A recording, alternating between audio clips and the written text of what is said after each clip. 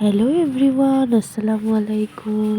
আপনারা সবাই কেমন আছেন? আপনাদের সকলকে স্বাগত জানিয়ে শুরু করছি আমি আমার রান্নার আজকের ব্লগটি।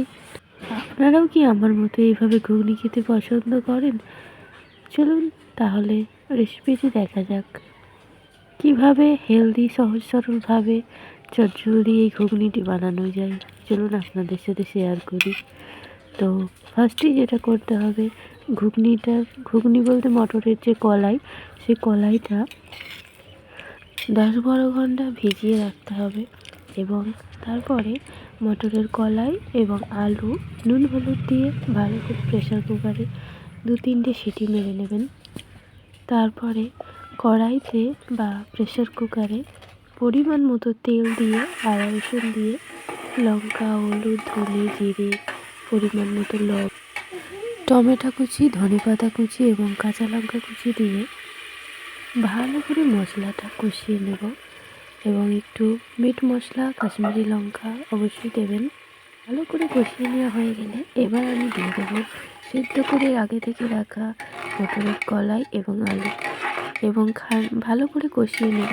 এবং আমি আগে থেকে একটু আলাদা করে রেখে দিয়েছিলাম মটরের কলাই এবং আলুটা। গ্রেভিটাকে গাঢ় করার জন্য এটাকে আমি একটু ম্যাশ করে দেব ডাল ঘুটনির সাহায্যে। এবং এই ম্যাশ করা ঘুগনির আলু এবং ঘুগনির মটরের কলাইটা আমি দিয়ে দেব ওই প্রেসার কুকারের মধ্যে।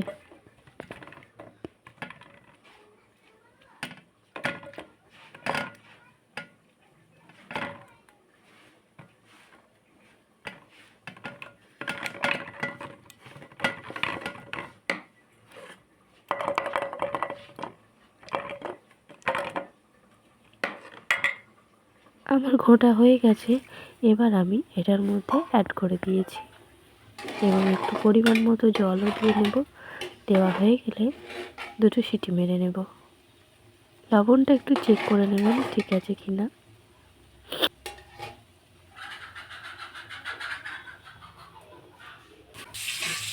তো চলুন, আমার হয়ে গেছে 2টো সিটি মারা। তো এই হলো তার ফাইনাল রেজাল্ট। কেমন লাগছে অবশ্যই জানাবেন।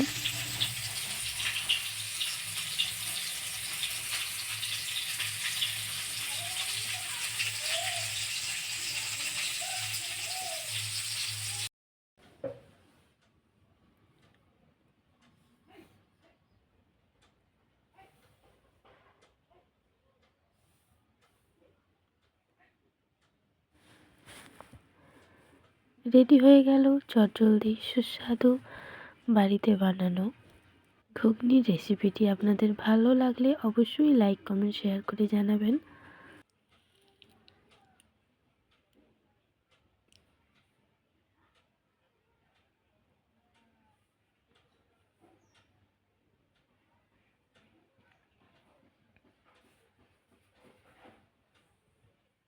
চলুন একটু খেয়ে টেস্ট করে দেখা যাক কেমন হয়েছে।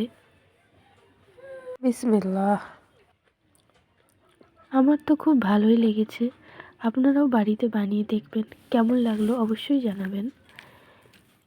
এবার সন্ধেবেলায় বসে গেছি সেই ঘুগনি মুড়ি নিয়ে। সন্ধ্যার আড্ডায় একদম জমে যাবে এরকম ঘুগনি মুড়ি হলে।